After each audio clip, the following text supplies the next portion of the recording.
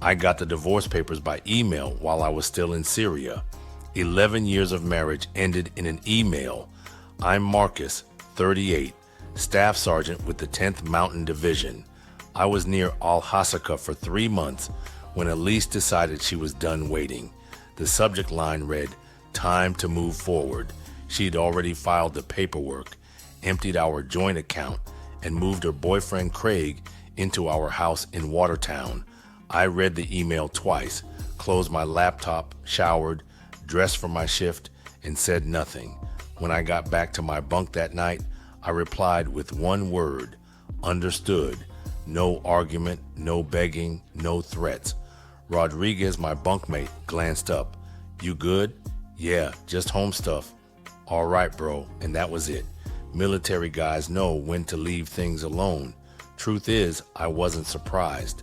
6 months before deployment, things had changed. Elise stopped asking about my day. She started working late at the dental clinic. She started going to yoga but never mentioned it afterward.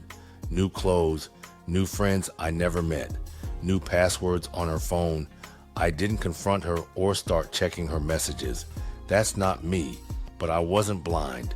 So I made quiet moves, secured important documents in a safety deposit box.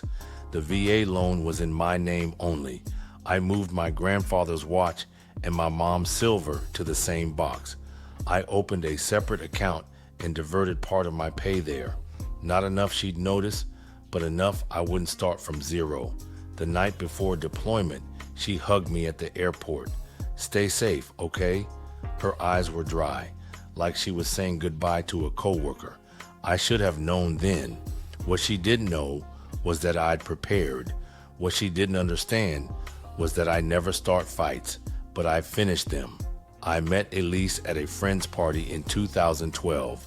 I was on leave. She was finishing dental hygienist training, but ended up in administration. "Better hours," she said. We married 10 months later. The Army was my life, but Elise never got it. Her family had no military background. She'd ask when I was getting a real job, not understanding this was my career.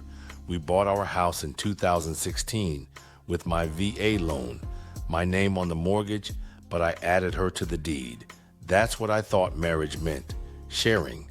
After my parents died, they left enough money to pay off our student loans with some cushion left over. Elise got her new car. I invested in our home. I deployed 3 times during our marriage. Each homecoming, she seemed more distant, like she was playing a role she resented. I didn't sign up to be a military wife, she told me when I mentioned re-upping. I'm tired of being alone. I understood, but the Army was where I belonged. I was good at it.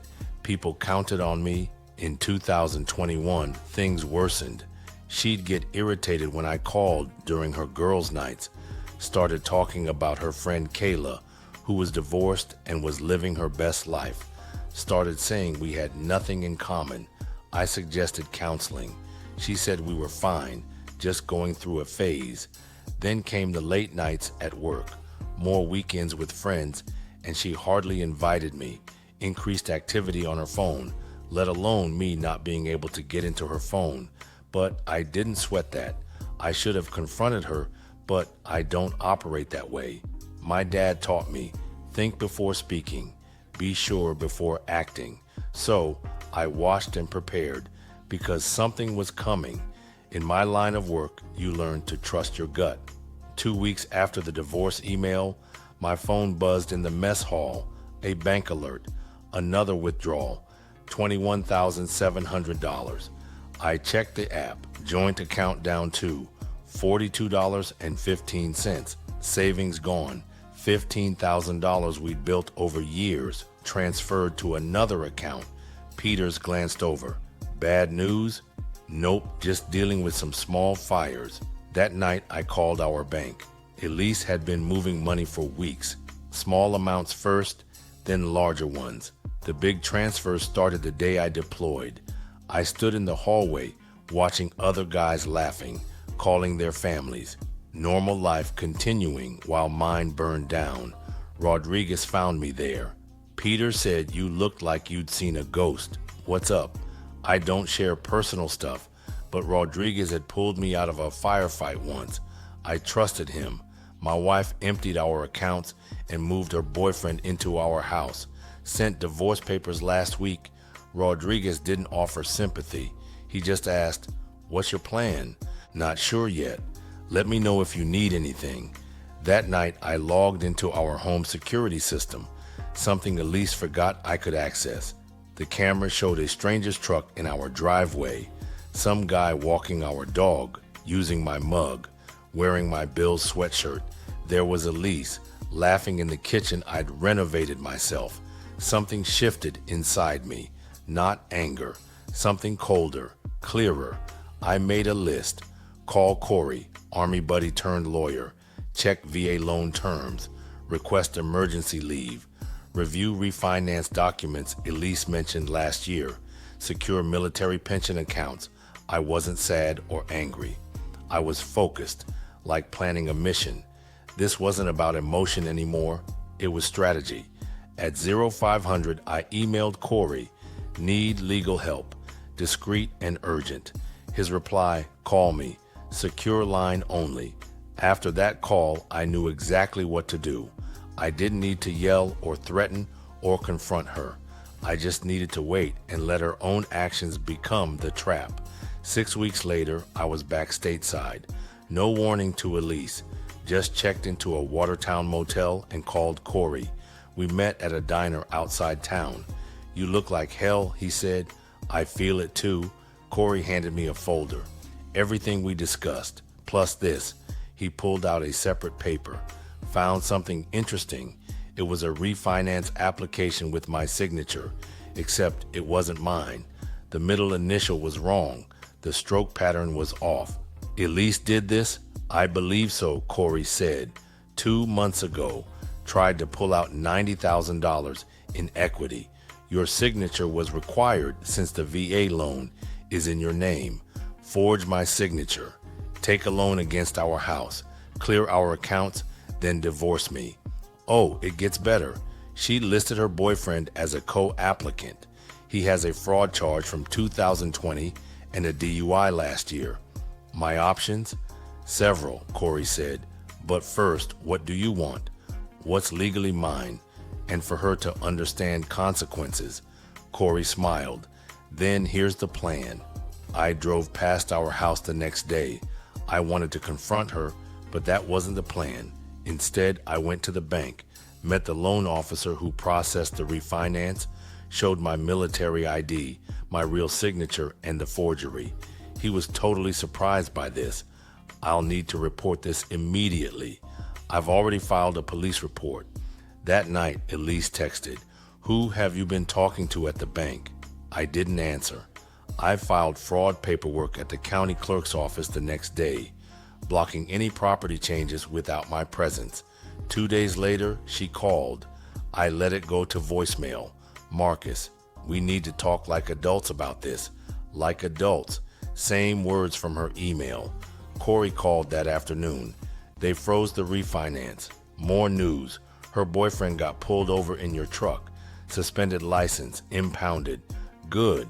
He had prescription pads from Elise's dental clinic, not blank ones. She's stealing prescription pads? Police are investigating. This was bigger than expected. Part of me wanted to warn her. Old habits. Then I remembered the security footage. My house, my dog, my life, all tossed aside.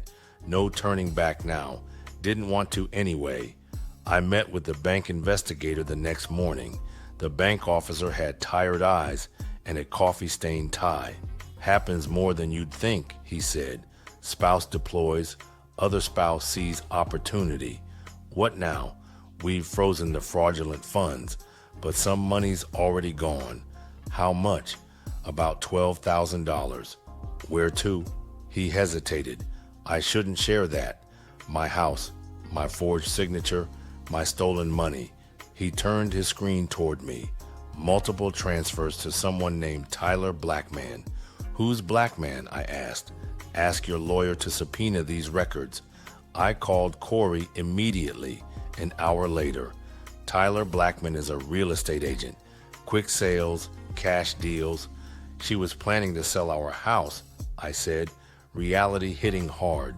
And get this, that real estate agent has done business with your wife's boyfriend before, 3 deals last year. So this wasn't just Elise leaving, this was a scheme, Corey said. I think her boyfriend targets women with deployed spouses.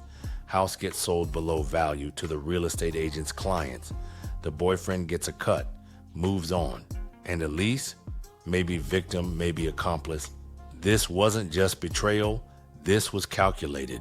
Other military families had been hit. What now?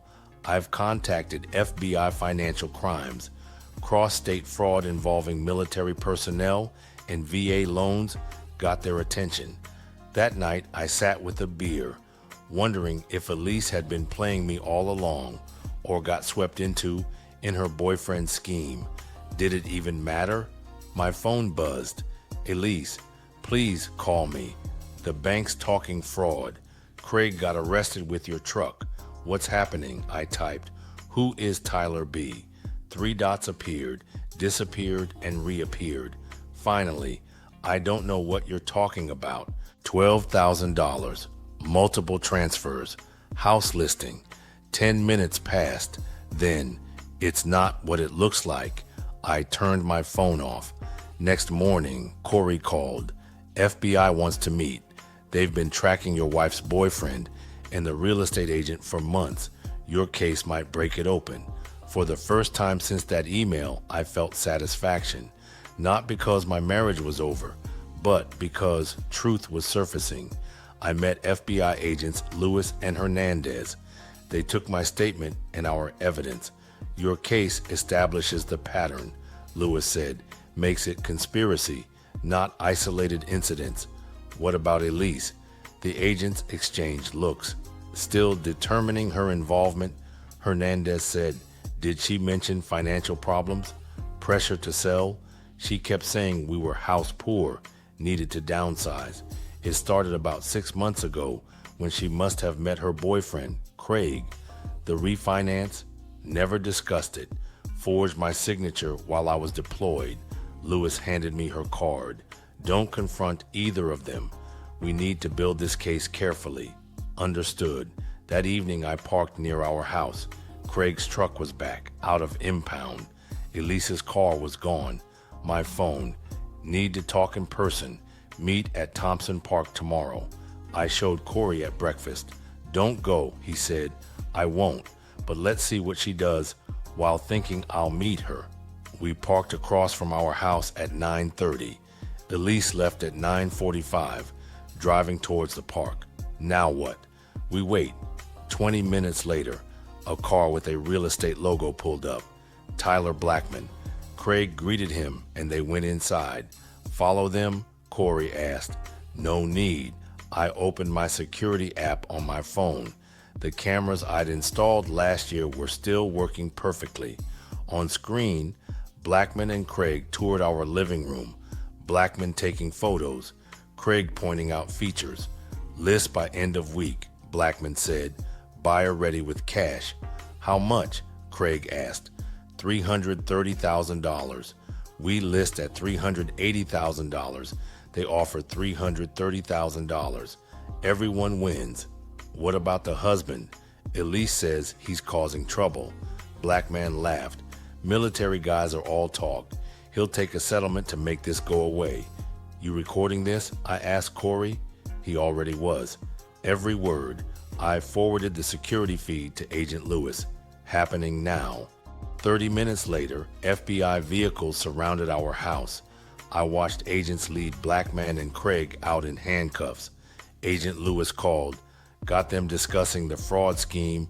Need your formal statement. Of course. Your wife just arrived. She's upset. I saw Elise on our lawn, watching FBI agents carry boxes from the house. What happens to her? I asked.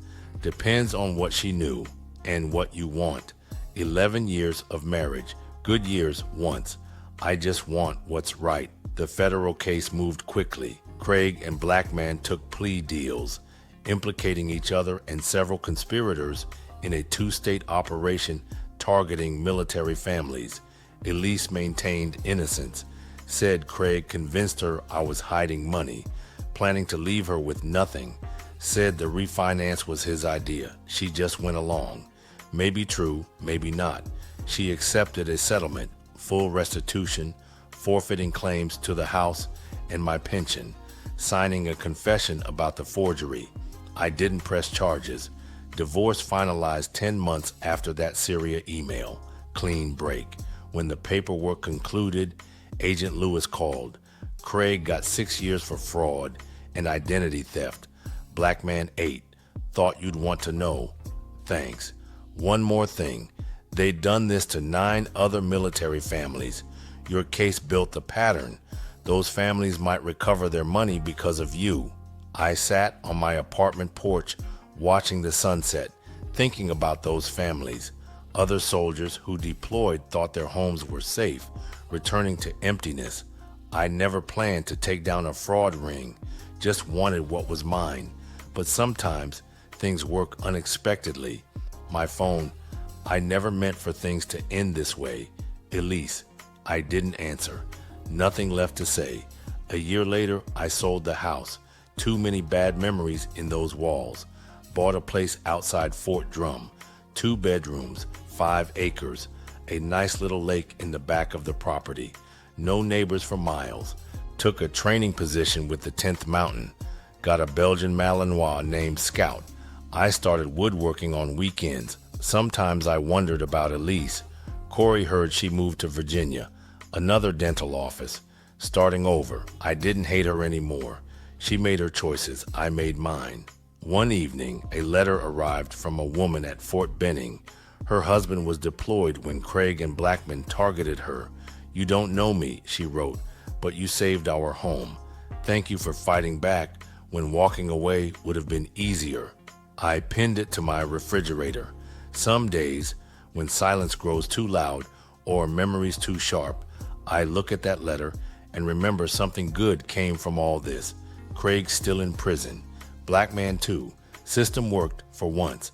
As for me, I'm finding my way, one quiet day at a time, building something new that can't be stolen or forged, something just mine.